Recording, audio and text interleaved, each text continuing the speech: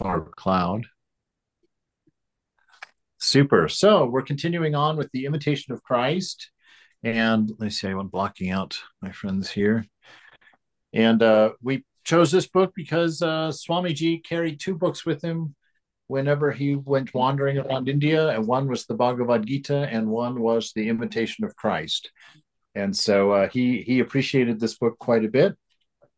It's a very monastically oriented book, so it's more focused on that. But in Christianity, there's not so much of a division, really, aside from the vows.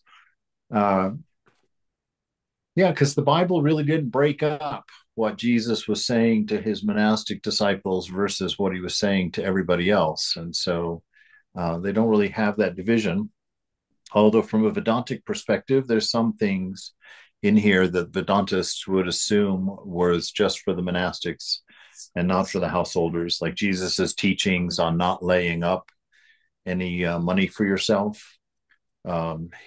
That's just in the gospel, and it was taught to a general crowd. So, but Vedanta would say that is Ramakrishna teaches that teaching is for monastics only, that householders have a responsibility for the security of their family and putting their kids through college and all of these things, and that gives them permission because they're in the world to work with God in the world, whereas the monastic is not is supposed to be in the world but not of the world, and isn't supposed to work for money first of all, let alone save it up, I guess. So all of that aside, we're on chapter 25, and the title of the chapter is On the Fervent Amendment of Our Whole Life. Further on the fervent amendment of our whole life. And that fervent, is something that's always very emphasized in Christian literature about our relationship with the divine. That there should be a fervency to it, a zeal to it, a real commitment to it. It should be our number one priority, and it should be obvious to us and to everyone that it's our number one priority. And I like that as a guiding light. I don't like it when it gets connected to egoism, though. It gets kind of dangerous at that point, and you start doing these type A personality moves, on being super zealous or super, I don't know, just egoistically involved with your commitment to the Lord. So, on the fervent amendment of our whole life, he says, be alert and diligent in the service of God, thinking often, why were you born? And why have you left the world? Was it not that you should live only for God and become a spiritual person? Certainly it was. So he's got quite a few things in here, thinking often of why you were born, thinking often of what is the purpose of your life? What are you up to? And it shouldn't be just something that we do, like every now and then. Like when somebody looks at your day as you live it, they should be able to see what the most important thing in your life is. They should be able to see what the most important aspect of you is. And so when he says here that be alert and diligent in the service of God, I immediately go and think of Peace Pilgrim with her whole ideal, where she considered herself to be the butler of the divine spirit. And that she said she literally lived her life, that each moment to her was an opportunity for service. And she was the one that described herself as a butler, where she says, I sit, stand out of attention, stand back from the scene, and I keep scanning that crowd for any opportunity for service. And so every moment was an opportunity for service. And I like that energy to be more included in what he's saying here. Be alert, which means be the butler, know what's going on in the room. When you're at the office, keep up with people's lives, whose daughter is sick, whose son is getting married, who's going to school, who find out about people. We always talk about that's our number one priority in life, is to be lovers of people, lovers of God, which is the same thing. And so it's our job. I always say that when I worked in that accounting office at San Francisco State as the IT guy, looking at that, looking in hindsight at that. At the time, I was a Christian at the time, but I wasn't on the same page. But anyway, that idea that when you go to work, the one most important thing in your life is still the one most important thing in your life. So if it's that divine and the service of the divine, then it's your responsibility, number one, at work to see the divine in everybody that you're working with. And it's your number one purpose to be the one who loves the office that you work in, who keeps up with who's well and who's not well, and finding out and giving cards out and asking, how's such and such, and how are you feeling today? I know that you had that surgery. Not in a nosy way, but because you're caring, you're investing your heart. And incidentally, you're an accountant, or incidentally, you're the IT person. That's a secondary thing. But you do that with the same excellence because it's the same divine that you're serving through that work. And so everything, according to Karma Yoga, everything done in its moment as an offering of love to the moment, to God, to the I am, to the isness, to your beloved, as it were. And so he's saying here, be alert. So always be aware of who you are and what your important thing is in life. And then be diligent. Don't just be alert, get to it. When an opportunity arises to serve or to be of help to somebody, to worship God through that service, be diligent, get on it. Don't make it a plan for something to do next week. If you see it now in the room that you're in, you see an opportunity, then do it. Not for any other reason, but for the sake of your nature as being. So it's not a showmanship thing. It's not a responsibility thing. What you want it to be, inspiration that comes from inside because you are Satchitananda. You are the essence of love. You are the essence of being, the essence of wisdom. And so you always try and be diligent about remembering that and working from that space without a plan in the mind. It's not an arrangement of thoughts. It's not a commitment of ideas. It doesn't happen in the head. It happens in the silence of your shrine, your heart, the space where you are. And so remember why you were born. This is why you were born. We talk the God is the noun of love, right? God is the noun of wisdom. God is the noun of existence. So he doesn't exist. He is existence. He doesn't love. He is love. We say this all the time, but it's important because it falls in line with what he's saying here. You are the verb. We are the verb of God. When John said the beginning was the Word was God, the Word was with God, that's the same thing, Shakti and Shiva. If God is Shiva, we are Shakti. We are the manifesting, working, showing aspect of the divine. And so you are loving, and you are wise, and you exist. And so he's saying here, remember this. Why were you born? You were born to manifest your nature, which is God, the divine nature. You were born, that's what it means to be a human being. That means that you are the one manifesting love, wisdom, and being in this world. So why were you born, and why have you left the world as your purpose? When he says left the world, for the Christians, when they go through that baptism, it's a death to the world, to their old life, and a rebirth into their new life. And so when we take initiation, it's not the same thing, but it's the same commitment on your part. So I'm a spiritual being, and I want to have my realization as a spiritual being. And so it's very much the same idea. So you remember that, and you think, why am I this? And who am I?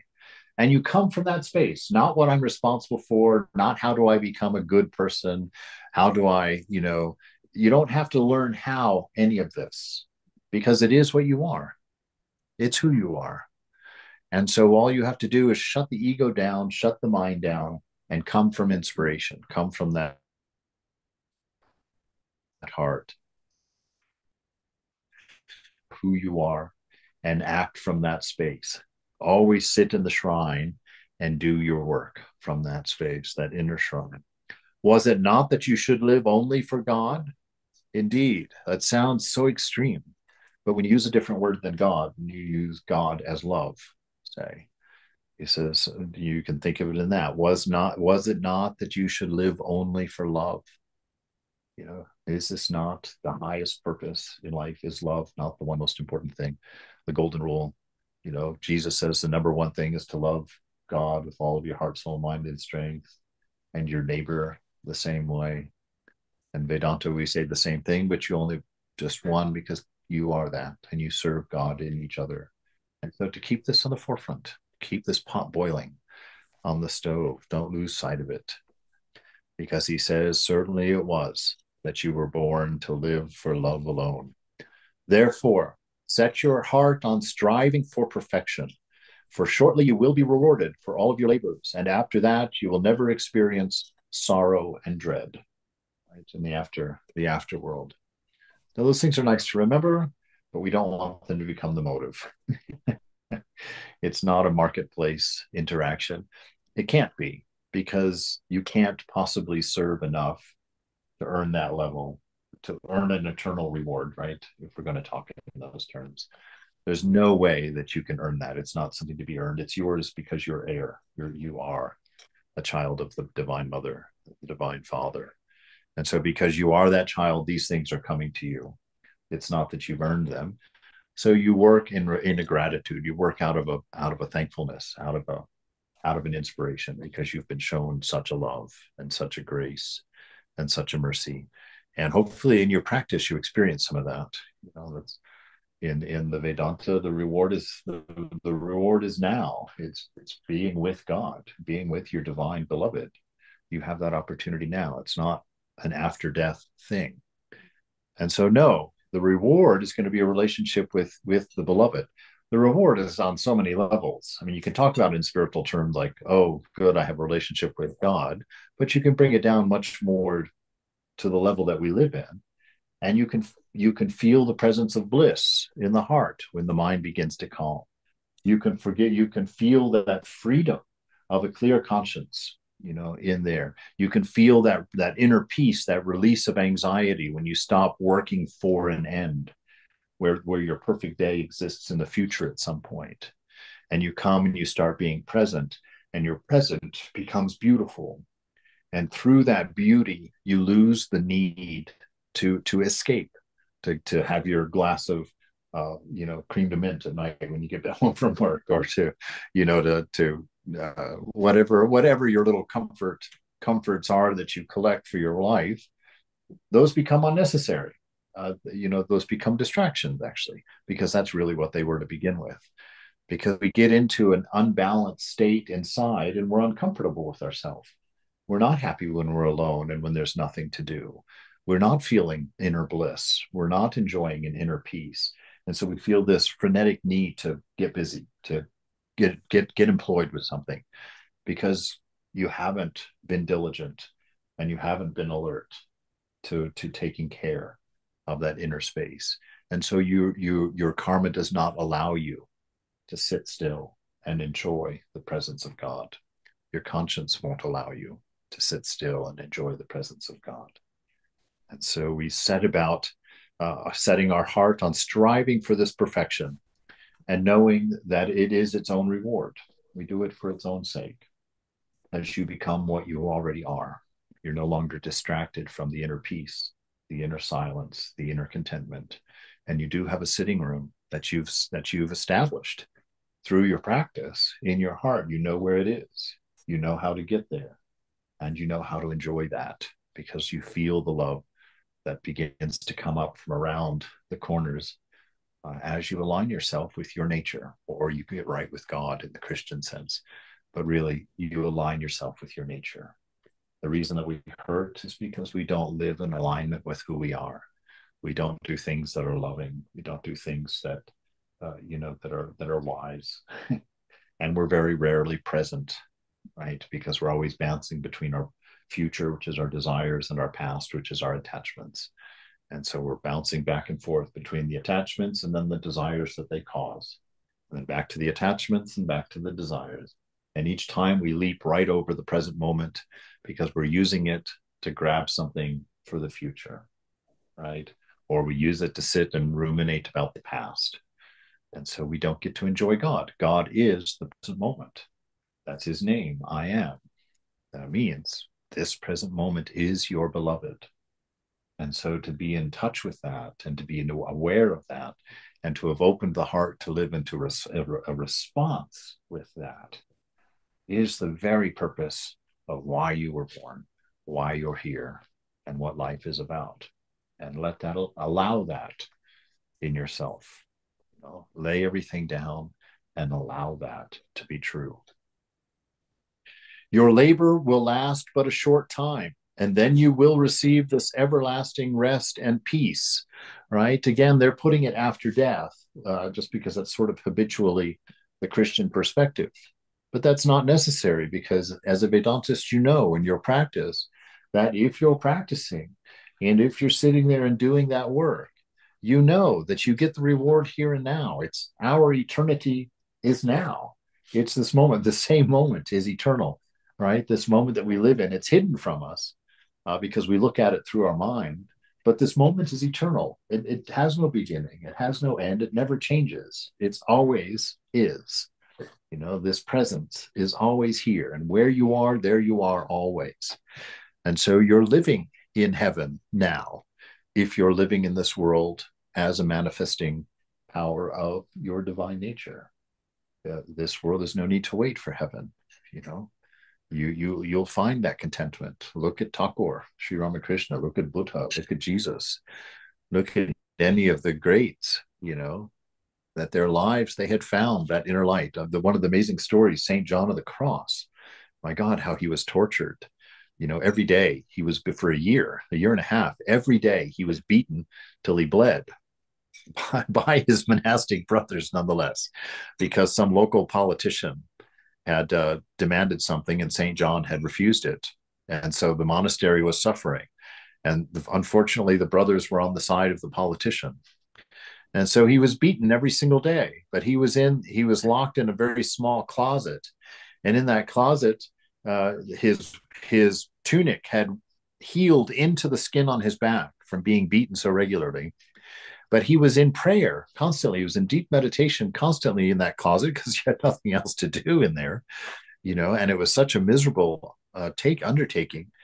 But you see, by taking refuge in the world, in God, and not in anything else, you know, taking refuge within his prayer, within his communion with the beloved, he got out.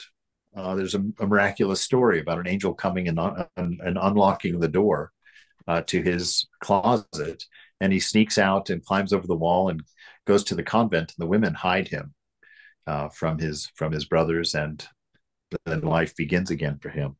But this whole notion that he writes about it, and when he was on his deathbed, one of the nuns who had saved him was sitting there, and she said, "Brother, do you have any regrets for your life as you face your death?" And he said, "Yes, I have one."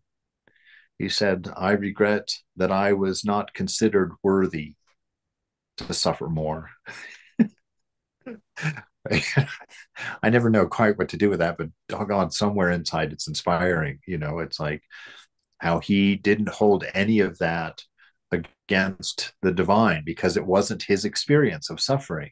His experience was of ecstasy, and that suffering is what pushed him to take refuge, complete refuge, in the divine presence, in the presence of God, and through that he was found freedom, even in some of the most intense suffering and imprisonment for that time.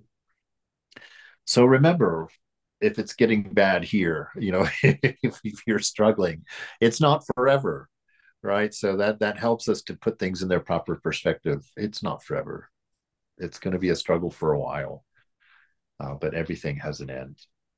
And you'll find that behind the ups and downs of the struggles and the difficulties, after a while, you find that gentle, continuous hum of your nature inside, that when the mind begins to quiet, you become aware of the nature of bliss, right? Right now, we can't feel that bliss because it's white noise, right?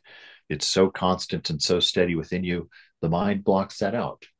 We know that. You can have any kind of noise going on continually in the background, the mind blocks it out. I always use the rose, right? Smell it 5 times in a row, and the 5th time you can hardly smell that rose at all. The mind blocks out steadiness, which is exactly what your nature is. That's what inner peace is. It's that steadiness. It's a steadiness of bliss, a steadiness of contentment, a steadiness of peace, a steadiness of silence. And the mind has blocked it out, which is why we can't feel it. And we only become aware of it when we fulfill a desire, and for that moment become free of desire.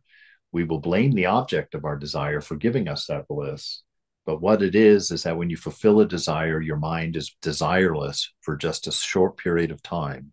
And in that desireless state, it becomes aware of its natural bliss. And you blame the object, but it was actually because you were for a moment without desire and you became aware of your nature. That's where all joy comes from, your divine nature. And so he says, your labor will last but a short time, and then you will receive everlasting rest and peace. If you are faithful and fervent in doing good, there is no doubt that God will be faithful and generous in his reward. Yeah, that's true. But again, it's one of those things that God is not faithful and generous to us because of a behavior. God is generous and loving toward us because we are his own and we are of the same nature. We are one with that divine love. And so he also has been represented in this sort of marketplace sort of way. And I think it's a historical digression. It's kind of come down to that because that's the only love we know in this world. And so when we think of the love of God, we think that his love also is contingent on how we're acting. But that's not the case. God sees that image of himself or herself within you always and recognizes that. And that is your reward. And actually, it's not a reward that's given to you. What it is, it's not even actually a reward because it's not earned. What it is that if you stop thinking about everything else, stop running after everything else, and sit in silence, you become aware of what God made you from, which is that divine bliss, that divine being, that divine wisdom. And so by becoming aware of that, it looks like a reward because you think you didn't have it before, but it's always been there. Your mind, but you've been in the mind, you haven't been in the heart. And that's the difference. Your realization sits in you right now, already completed, already finished, already mature, already done, but it's sitting in that silent space of the heart. And you have chosen your mind as your identity. You have chosen your thoughts as your mode of being, your mode of planning. You've chosen the changing world, which is the mind, the constant flow of thinking, and the illusion of time, space, and causation. And because you've chosen that space to live in, you're unaware of your realization in the next room. You're unaware of your completeness and your fullness. And so that's the reason for all of that practice of silencing the mind, pulling your dependence on the mind for who you are and for what you want to know and what you need to know, pulling your reliance out of the mind and finding the shrine of the heart, finding the silence within and learning to sit there and as the viewer, as the witness, to watch the changing mind, but not to be identified with it, not to think that anything in there has anything to do with you. Let it just come and go. And you stay here simply acting when inspiration arises from Satchitananda, from what you are in your nature. And the divine says that in every moment, that wealth of wisdom is available to you spontaneously, not referential like a thought where you have to ask the mind for something and it goes and gets that information and brings it back to you, but the spontaneous knowing, the wisdom of your being that comes up instantly in the moment. It's just right there, right? And I don't know if it's a good example, and maybe I'm overusing it, but that moving your finger like this, I consider that an example of divine knowledge, right? Because you just simply have to think, move, finger, do it. There is so much physics going on. There is so much mechanical engineering going on at this moment to do this. And I know none of it. And I have to know none of it. I simply, in the moment, say, do it, and it's done. That's it. That's divine knowledge. That's how divine knowledge works. So when you're in that still space within the heart and things are going on in the seeming external world around you, you don't have to sit and wonder what to do. It's like this. You don't have to know the mechanics of it. You respond from being a person of love, from being a person of wisdom, and from your solitude of being, your understanding of your nature. Have a firm hope that you will attain the victory, that you will have your realization. Know that it's true. There is no other alternative for you. Know that you are that these things are true, and it's just a matter of time. You know, if you're listening to these words tonight, Sri Ramakrishna says, you've come to this place, the cobra has bitten you, your destiny is done. You will have your realization. It's just a matter of when. And that is up to you. That is up to you. It's just a matter of becoming aware that Mother has already placed it within you, has already fixed it up and set it waiting for you. So have a firm hope that you will attain the victory, but do not presume on this, for then there is a danger of your becoming careless and proud. Will carelessness and pride come when you think it's an accomplishment, right? When you think it's a doership, that somehow your practice has made this happen. But what your practice has allowed you to do is see it. It didn't build it. It didn't create it, because it is what you are and have always been. And so if you let your mind think that it's because you're a great meditator, or it's because you do 6 hours of meditation a day, or it's because you serve everybody so nicely at the dinner table, if you start thinking that it's a matter of your doing and what the qualities of you, then this happens. You become arrogant, you become prideful, you become smug, you become the church lady on Saturday Night Live. You know? Yeah. Nobody wants to be the church lady. So don't do it. So always remember, that's part of knowing that the good is already there, placed by God, and that you just get to enjoy it. And when you let go of your selfish identity, when you let go of being the center of your world, then you become aware of that beauty. So it's not an earning, it's not an achievement, it's not an accomplishment. That's why they call it realization. It's something that's already there waiting, already done for you. So don't presume on it. Don't think that it's your doing in there, because then the danger arises of being careless and proud. Once there was a person who was anxious about whether or not he was in a state of grace.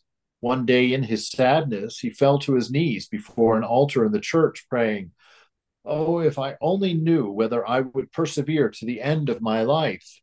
Suddenly he heard a voice within him answering, "What would you do if you did know?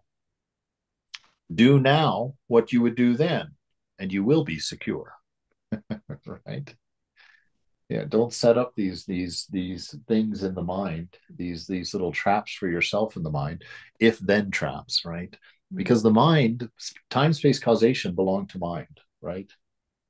If something can't fit within the time, space, causation, the mind can't conceive of it, right? So your mind, if you live and identify in the mind, everything becomes time, space, causation for you. You string out your life on that line. You work, you do this so that you get this, and you set up everything according to mind. And if you do that, you're trapped. You're trapped in the mind, and you're trapped in the tools of the mind. But your nature can't be conceived by the mind. Why? Because it doesn't have time, space, causation in it. You are, and you will always be. You weren't that. You're not. There's no past. The past is conceptual. It's your attachments. Those are the things that you wouldn't let go of as they flowed through consciousness, flowed through the moment. You grab them and were like, "Ooh, I like that. I'm going to keep that around and share my immortality with it by tucking it in my memory," right? And then that becomes a lens that no longer allows you to see the moment purely. It forms egoism, right? It forms egoism, and egoism is the veil. Egoism, Maya, noisy mind, those are all synonyms. Those are why we cannot see God, right? Because we keep that mind active and fuzzy, and God is sitting there silently behind us, as it were. So do now what you would do then. You know, if you knew that you were in a state of grace, don't sit and wonder whether you are or not. Assume that you are and do as you would do, knowing that you're in a state of grace. For the first 6 years that I was in the monastery, I felt it was ridiculous for me to think of myself as a monk. I was like, God, you know, I was like, dude, and I was sitting one day in the shrine in my little white brahmachari outfit by myself in the shrine doing my practice. And I was really struggling. I was thinking, God, am I really a monk? Is this really who I am? Should I be doing this? Should I be doing something else? What am I? And you know how I like to think Mother talks to me sometimes and puts things in my head. And so that day I was under the impression Mother sat there looking at me like I was retarded. She was like, look, dude, look around. You're sitting here dressed in white pajamas in a robin egg blue room in front of a shrine by yourself. Nobody's holding you in here. You've been here for 6 years. You're eating only vegetarian food, even though it's killing you, and you're carrying on. What about this scenario makes you think that you're not a monk? What, don't you think that decision's already done? Now just be it. Just go forward. Stop sitting there and struggling about something you don't need to sit there and struggle about. And so be sure when you look at your life not to sit in that space. Oh, am I faithful? Oh, you know, all the shame and the things that we can come up with that say that we're not right with God or that we're separated from God or God would never, oh my God, look what I've done. Don't get into that space. Put aside everything from the past mind, put aside everything from the future mind, silence the present mind, and sit there and enjoy God who is making you breathe, who is beating your heart. In the we've talked about at infinitum, we've talked about the Garden of Eden because it's a very important story that talks about how we're in this loop, right? Of going out through the senses, finding things beautiful, wanting to take them, thinking that they will give us wisdom and that they will make us like God, the whole process that Eve goes through. And we keep grabbing on to things like that and getting lost. But in that moment, God is always present. It's like if Eve had just looked at the tree and said, doggone, that forbidden fruit's really beautiful, but it's a forbidden fruit. I don't need it. And just carried on. But she didn't. She became enthralled with it. And she started thinking, well, what if I ate it? Right. And then the stories start coming. And this is how our vices are built, right? This is how our vices are given energy because we think about them. We're like, oh, that's beautiful. And then you start, I wonder what that would be like to do that, to experience that. Right. And then you build up that whole scenario. And of course, it looks great because you never think bad things about those things. You only remember the good parts about them. And then you go and you partake in it. And then you struggle with the curse, right? You've now become a part of the temporary world and you're depending on temporary things to fill you up. And they all have expiration dates. And so you buy that new car, that was bigger and more expensive than you knew you should have had and should have done. But you go and you get it. Okay, fine. Now you've got it. But how long is it until the next model comes out? How long is it until this one looks dated or someone bumps it and scratches it or, the dog poops in the back seat that smells like manure now or whatever it is. This is the nature of the world. And that's the curse of the garden, when we go out of our nature like that and look for things outside. So don't make wrong assumptions about who you are, right? What would you do if you did know? Do now what you would do then, and you will be secure, right? So don't ask if God is with you, because if God was not with you, you wouldn't be here. And I don't mean here. I mean here, wherever that here is. Why? Because God is existence, knowledge, and bliss. So if you exist, it's because you've borrowed that existence from the beloved. If you are loving or know love or feel love or can express love, you know that God is with you, that you borrowed that ability from him. If you can grow and change, if you can see your faults and go above them, you know that that is intelligence and that is the presence of God. So those are your three constant love letters of knowing. So stop wondering, does God love me? Am I accepted? Am I good enough? Right? Because if you're not good enough, it's not because you're not good enough. It's because you've identified with things that aren't worthy of you. You've identified with them. You're holding on to them as an identity. Oh, but I've done this and I've done that, and I think this and I think that, and I hurt in this way, and I'm filthy in that way, and I've explored all these things. Those are not qualities of you, right? The Gita says what? He says that the self cannot be burned, it cannot be wedded. It's untouchable by those things. So our problem is identifying with those things. Our problem is defining ourselves by our actions rather than defining ourselves by our nature, which would then change our actions, would change the inspiration for our actions. So immediately he was comforted. Exactly. And that's how it is. As soon as you're willing to set it down, as soon as you're willing to set the ego down, as soon as you're willing to set down your doubt about grace, about the presence, as soon as you're willing to set down egoism, immediately he was comforted and commended himself entirely to God's will. Right? Complete surrender comes at that point when you give up your story, the story of your ego, the story of what you are and who you are. And all his doubts ceased. After that, he never speculated as to what would become of him. Right? Because to worry about what's going to become of you is to leave the present and to think about the future. And if you're living in the future, you're no longer living in the presence of God, because God is now. God is this moment. And so don't sit there and ruminate what will become of you. Be with God now. Be aware of the presence now. And if you can't feel it, know that it's only a matter of time of just doing a little bit of interior work so that you can find that reality, that isness, to break the habits, really, of a disgruntled mind, or to break the cycles. And that's the hard part. That's the only reason that spiritual life is difficult, is because those bad habits have to be broken. And when we've been doing them for a long time with great relish and in great depth, you can't just suddenly stop. It's like trying to stop a freight train. Unless you're Bugs Bunny, you can't do that. Instead, he applied himself to know what was the will of God for him, right? And what is the will of God? The will of God is your own highest will with me and mine removed. That's what the will of God is. The will of God is your own will, but with me and mine removed from it. It's been purified.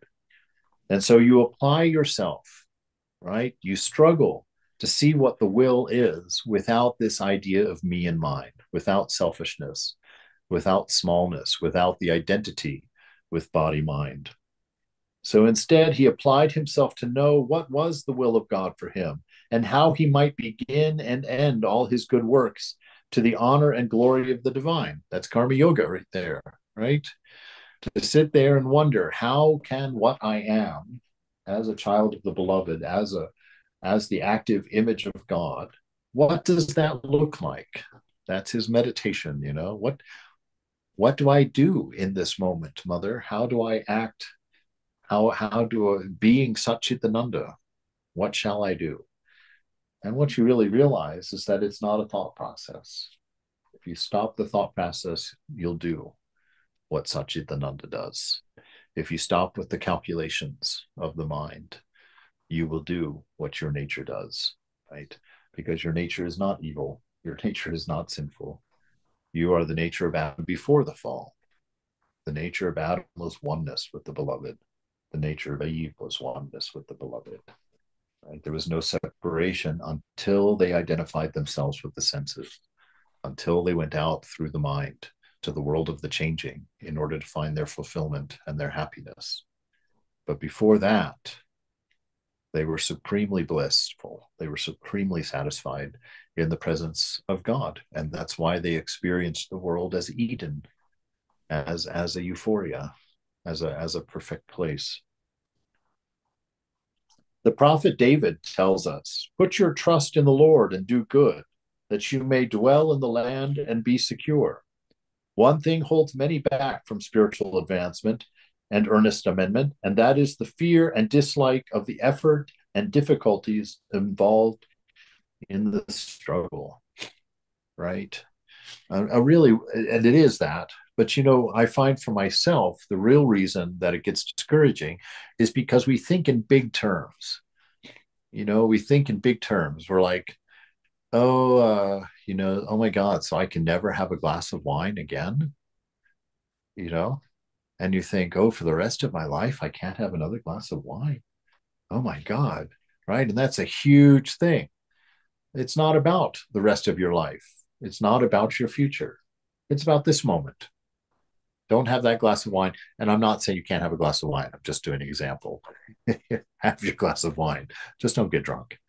But the thing is that don't make everything that you do bigger than it is. All of your spiritual life, all of your life always happens in this moment. Things only become big when you pile them up in the future, when you pile a row of days behind it, or when you drag your whole past into it, right? Then things become huge. They become unimaginably large, and you can't move. You can't change because you've identified that's who I am. you know, that's who I am. If I don't do that, I won't even know who I am. That's not the case. Come into the moment. That's all. And you only have to serve God in this moment, never in the future, never in the past. Just do what you need to do in this moment. And don't let the mind interrupt with any other nonsense. That's the hard part. That's the discipline part. That is sadhana, right? That is self control. And that's the challenge. And when we get things mixed up and we make them bigger than they are, we think I have to do this the rest of my life, or I've always done it this way. Come back to the moment, feel yourself breathe, feel your heartbeat, let all of your senses in at once, and come back to being present. And then remember that all that you're feeling and seeing and touching and tasting in this moment is your beloved of the nature of love, the nature of wisdom, and the richness, the unfathomable wonder of existence. And that is spiritual life. So the prophet David says, put your trust in the Lord, put your trust in the moment, put the trust in the presence, put your trust in the image of God that he's placed within you, and do good. Do what it inspires you to do, because it will always be good if it's sourced in love, if it's sourced in wisdom, that you may dwell in the land and be secure. Knowing who you are, you have nothing to fear. You become a Vivekananda, fearless, powerful. One thing holds many back, and that's our idea of it being too big. Yet those attain surpassing virtue who struggle bravely against the very things which they find hardest and most repugnant to them. Right? Those who attain surpassing virtue, it's because they struggle bravely. You struggle bravely. You don't get intimidated. Yes, you have failed 10 million times before, right? But what is the nature of love? Love always hopes. Love always believes. Love always trusts. Love never fails, right? So yes, your ego self will not be able to believe that you're going to be able to change and actually accomplish something great in spiritual life. But your divine lover looks at you and believes, because he knows that's your nature. And he knows that your destiny is inevitably success, that you will, in fact, become that greatest love you've ever thought you could become. You will eventually live up to your obituary. For a person profits most and gains the most graces precisely in the area where the difficulties are greatest and require the most mortification, which is why not Brother Lawrence, but St. John of the Cross would have that one regret. I regret that I was not found to be worthy to suffer more. Why? Because look what his suffering gave to him. It gave to him his realization. It gave him to his understanding that God was his only real refuge and was working a real refuge, that the divine made an unlivable, an untenable situation, made it palpable. And in the midst of it, gave him ecstasy and gave him light right? So he was able to take whatever God gave in the moment, whatever condition was there, and make gold out of it. That's what we are to do with our moment. You know, that's what you are to do with your moment. Take what is in front of you, whatever is here, and make gold. And what is gold? Gold is love. Gold is wisdom. Gold is being. So sit in this moment, and whatever is there, weave it into love. And the more difficult it is, the more tough your situation, the more suffering, you know. This is a line I hate, you know, that know that God loves you to that extent, that he trusts you. Because the scriptures say that God will never tempt you or never make you suffer more than what you're able to endure. Um, so that's where the Christian love of suffering comes from. You know, that's where their ideal of suffering comes from. Uh, and of course, it doesn't take much thinking to know that that can get out of balance pretty fast. So don't go searching for anything. Don't go try and find suffering for your life. Just be willing to take the moment as it is, non resistance. Take the moment, accept it as it is, and manifest gold by letting your nature work without the calculating mind, perverting it to me and mine.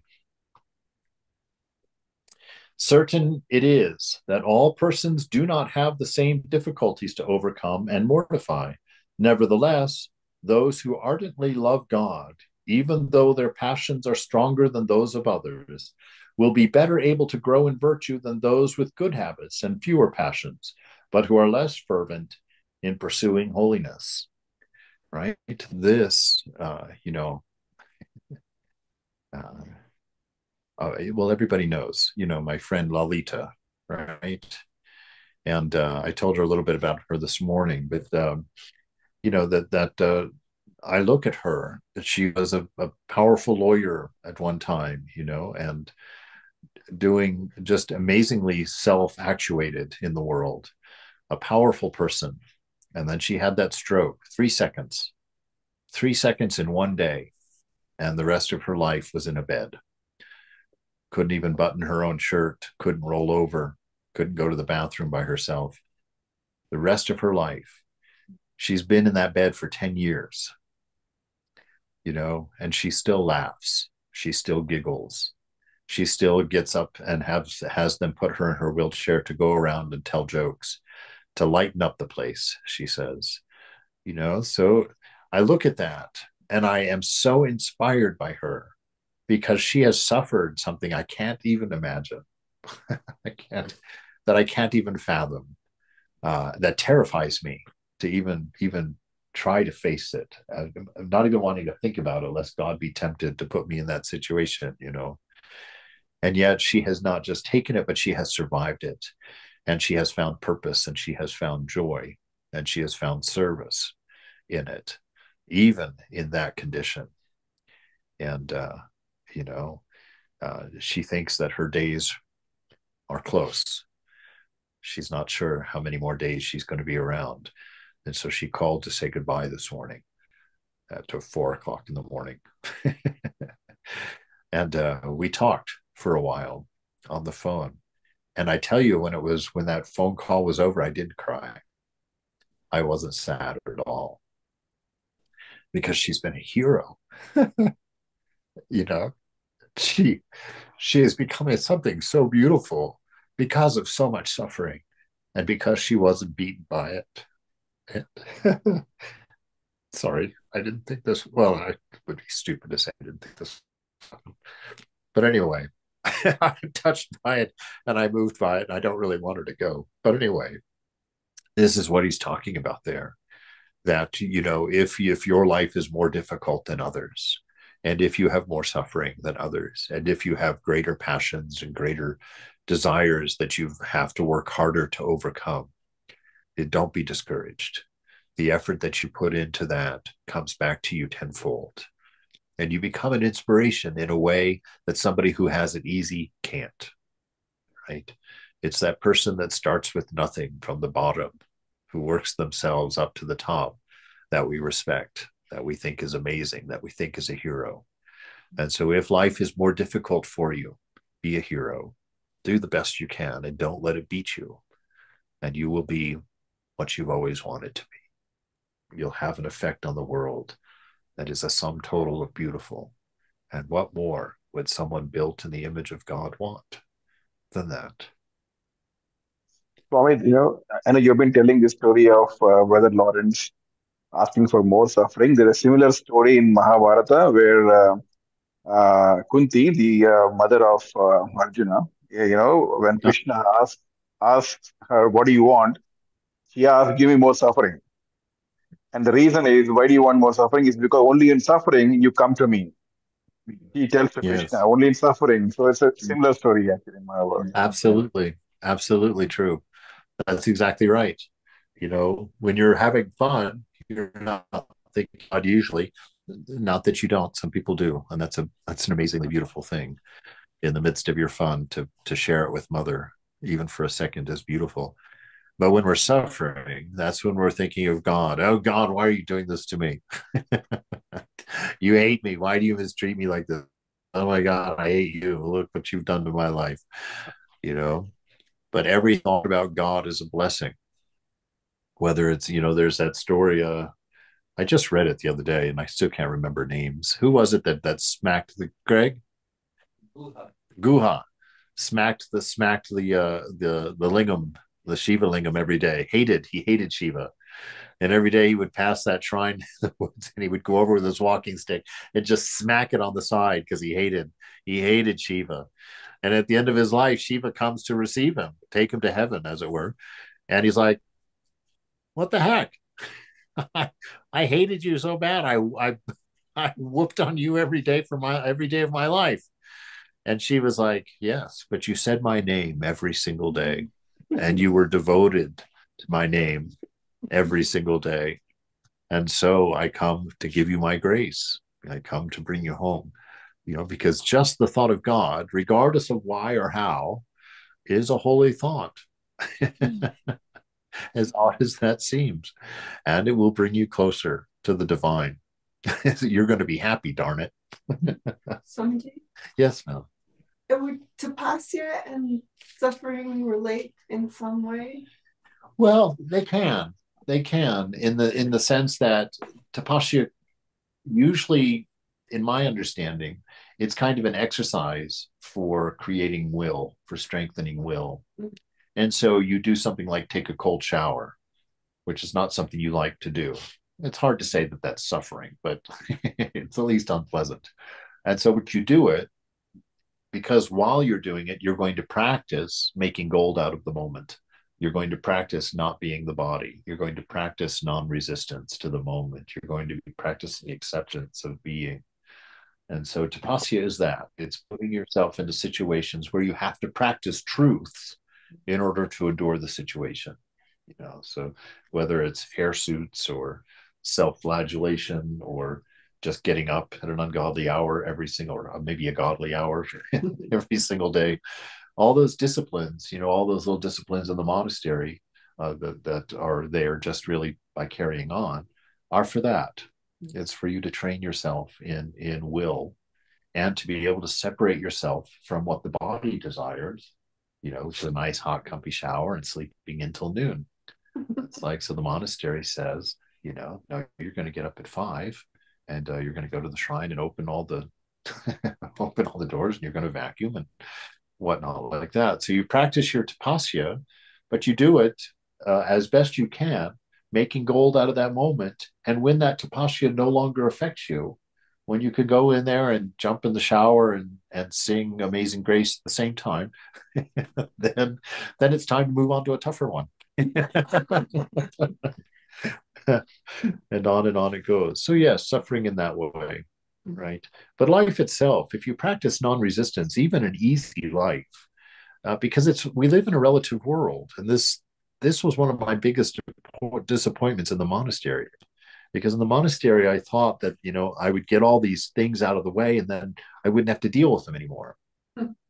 And what I found in the monastery is that yes, it does work that way, but basically your struggle becomes more and more subtle as you go.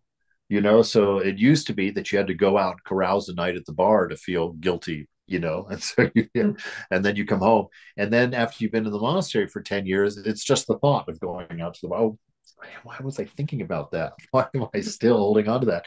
And you find that the pain that you feel about the thought now, because you've purified yourself by your efforts over the years, or by grace over the years, that now you're more sensitive, and those more subtle movements of the mind that you weren't even aware of before are now the thing that hurts the heart. When you have a selfish thought about somebody, or a mean thought about somebody, whereas before you had to go out and pull their hair and call them bad names and walk away and then feel bad. Whereas now you don't even have to have them in the same room. You just think a bad thought about them. You're like, oh, I'm still doing that. Still like that. And so we live in a relative world, and it's not that our struggles get easier and easier. It's that our struggles get subtler and subtler and subtler until we finally know who we are. We finally surrender and stop trying to be something we're not. Stop pretending that we're hungry all the time. Right? All right. It's 8:00, so we're going to stop there for tonight on verse 4. Let me turn off the recorder.